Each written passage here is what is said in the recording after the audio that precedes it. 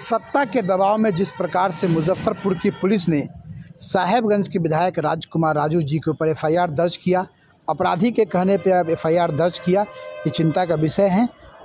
अगर पुलिस प्रशासन ने अपने रवैये को ठीक नहीं किया तो जन आंदोलन होगा। इस बात को लेकर आज मुजफ्फरपुर में कांटी के पूर्व विधायक भाजपा नेता अजीत कुमार मुजफ्फरपुर के सीनियर एसपी और आईजी से मिलकर अपनी बात को रखा। कहा कि अविलंब इस मामले में कार्रवाई की जाए और जो अपराधी खुलेआम सोशल मीडिया के माध्यम से लोगों को धमका रहा है, गालियां दे रहा है, उस पर भी कार्रवाई हो। किस चीज़ को लेकर आज मिलने पे आए थे? देखिए, साहेबगंज का जो हालिया घटनाक्रम है, इसी संदर्भ में हम लोग पुलिस के वरीय पुलिस अधीक्षक मुजफ्फरपुर और तिरहुत क्षेत्र के आईजी साहब से मिलने के लिए आए थे। हम न किसी के पक्ष में गए थे, न किसी के विपक्ष में गए थे।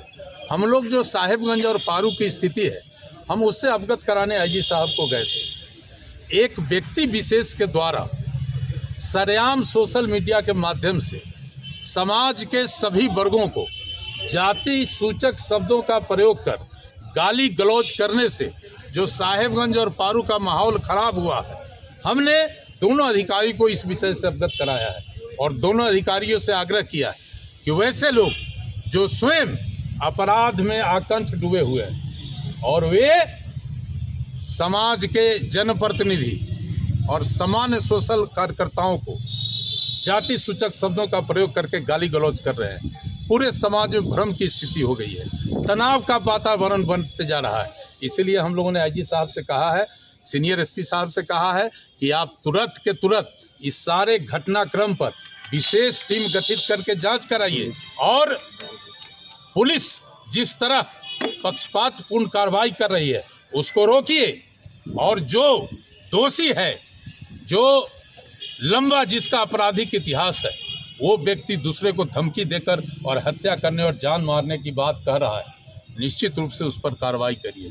दोनों अधिकारी ने स्पष्ट रूप से कहा है कि हम इस मामले को गंभीरता से देखेंगे। हम लोगों ने यहाँ भी तक कहा है कि पारू के प्रमुख और साहेबगंज के प्रमुख दोनों के घर पर घुसकर पुलिस के द्वारा जो एक अपराधी की तरह जो व्यवहार किया गया है, महिला है, पारू के प्रमुख जो है सो महिला है, उप प्रमुख सामान्य जाति भूमिहार जाति से आती है, साहेबगंज के प्रमुख सामान्य जाति के हैं, उनके यहाँ जाके पुलिसिया कार्रवाई करके उनको प्रताड़ित करने का काम किया है। ये सारे बातों को हमने कहा है और हम लोगों ने स्पष्ट कहा है कि हम कानून में विश्वास करते हैं, हम अधिकारियों पर भरोसा रखते हैं और सत्ता के दबाव में अगर प्रशासन जोर जुलूम किया तो हम लोग बैठने वाले भी नहीं, हम लोग लड़ेंगे और हम लोग लड़ाई को अंजाम तक पहुंचाएंगे।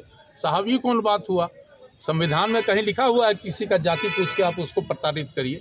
और सरेआम ये घटना हो रही है, जनप्रतिनिधि अकुला गए हैं, समाज में तनाव का वातावरण बनते जा रहा है। 1990, 95 और 2000 में जो पश्चिम दियारा की स्थिति था, कुछ लोग वो पैदा करना चाहते हैं, तो इसको हम लोग कतई बर्दाश्त नहीं करेंगे और ज़रूरत पड़ा तो आर पार की लड़ाई होगी।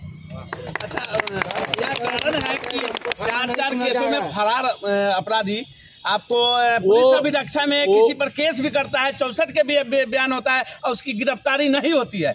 ये हम लोगों ने सीनियर एसपी साहब को भी बताया है, आईजी साहब को भी बताया है और दोनों अधिकारी ने हम लोग को कहा है स्पष्ट रूप से कि कानून तोड़ने का हम किसी को अधिकार नहीं दे सकते हैं। अगर कोई कानून के शिकंजा में कसेगा तो वो ए हो या बी हो या सी हो, सबके लिए कानून बराबर है और कार्रवाई करने की बात उन्होंने की। बिना अनुसंधान के जिस प्रकार दबिश दी जा रही है, इसको किस मामले से? तो मैंने इसी चीज को लेकर ना पारू और साहेबगंज के सभी प्रमुख आए हैं वरीय पदाधिकारी को बताने।